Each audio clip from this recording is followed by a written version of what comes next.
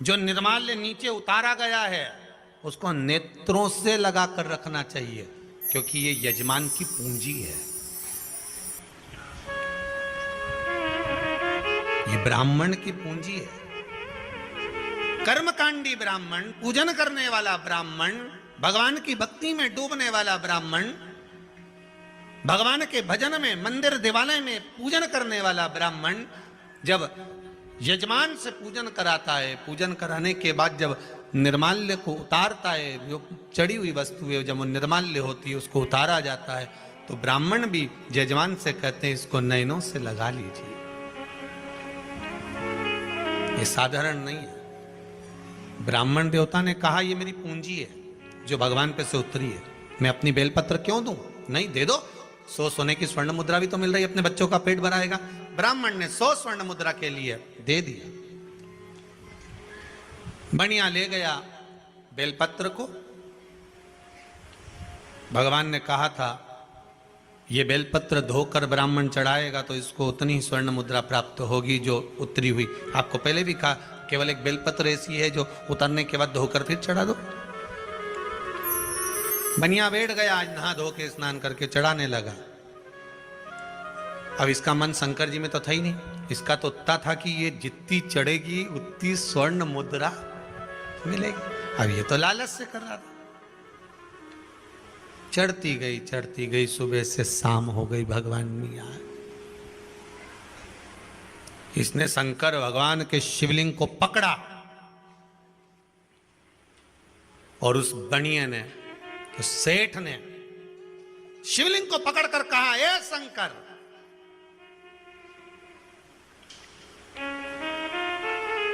मेरी 100 सोने की मुद्रा चली गई, तेरे चक्कर में आज मैं शिवलिंग को उठा लेता हूं। जैसे ही शिवलिंग को पकड़ा ऐसा चिपक गया, हाथ ही नहीं निकला। हाथ नहीं निकला, चिपका हुआ हाथ, निकल ही नहीं रहा। आंख से आंसू निकलने लगे, सुबेरे से लगा था, हाथ नहीं खुल रहा। शंकर भगवान आकाशवाणी कर कर बोले, उसके भाग्य का धन तू लेना चाहता था? 1000 स्वर्ण मुद्रा ब्राह्मण को दान दे, क्योंकि उसके भाग्य की थी ये बेलपत्र। तब हाथ छूटेगा। बनिया बोले पहले हाथ तो छोड़ो, तो 1000 मुद्रा दूंगा। इसने सोचा कि 1000 मुद्रा तब दूंगा जब हाथ छूटेगा। हाथ छूटेगा तो कौन देगा? भाई, एक व्यक्ति की गाय खो गई, गौ माता खोई, तो इसने हनुमान जी से कहा, प्रभु मेरी गाय घूम गई है, आप हनुमान जी गाय ढूंढ दो। तो हनुमान जी ने ऐसी कृपा कर दी। एक व्यक्ति सामने से दौड़ कर आया, हे प्रभु मैं आपको प्रसाद चढ़ाऊंगा, 5 रुपए का, आप मेरी गाय ढूंढ दो। सामने से दौड़कर एक व्यक्ति आ गया, उसने आकर कहा, कालू वो तेरी गाय वहां पीछे से आ रही है।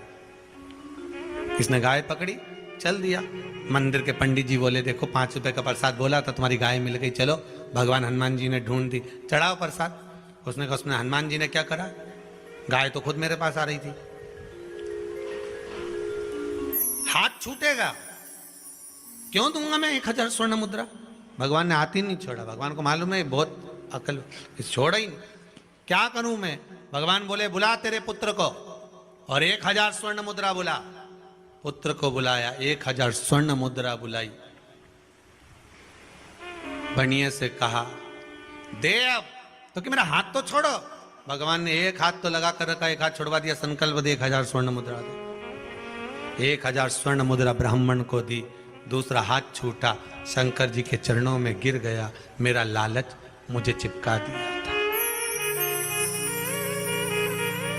इतने में पार्वती जी आकर बोली, आपने कहा था कि ब्राह्मण को आप स्वर्ण मुद्राएं दोगे, तो ये मुद्रा आपने क्यों नहीं दी? शंकर भगवान बोले, मेरे पास तो खुद नहीं है, मैं तो अपने भक्त से दिलवाता हूं। किससे दिलवाता हूं? अपने भक्त से। फिर निवेदन करूंगा, भगवान कभी तुम्हारे सामने आकर ना तो देगा ना तुमसे लेगा। भगवान कभी आकर नहीं बोलेगा कि जी मुझको रसगुल्ला खिला दे, कि रबड़ी खिला दे, कि मोहनथाल खिला दे, कि थोर खिला दे। भगवान कभी आकर नहीं बोलेगा कि मुझे 56 भोग लगा दे। भगवान कभी आकर नहीं बोलेगा।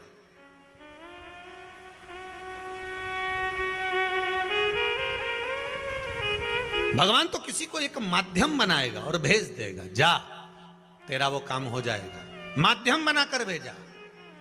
और हम तो कहते हैं संपूर्ण विश्व में, सारे संसार में जब एक तरफ श्रीमद् भागवत कथा चल रही थी, बीच में ये शिव महापुराण की कथा अगर कोरोना महामारी में आई है, तो ये जान लेना कि भगवान ने माध्यम बनाकर भेजा है कि तुम्हारी जिंदगी को संवार लो।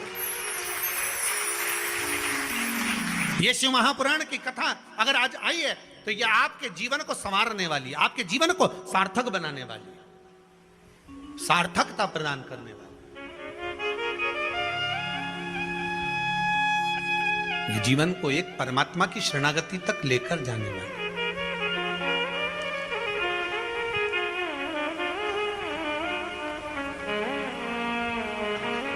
महाराज, शंभु शरणे पड़ी, मांगू घड़ी रे घड़ी, दुख काटो दया करी न दर्शन बाबा, दुनिया में बहुत दुख है। सारे दुखों को मिटाने का अगर कुछ क्रम है तो वो केवल आप ही हैं।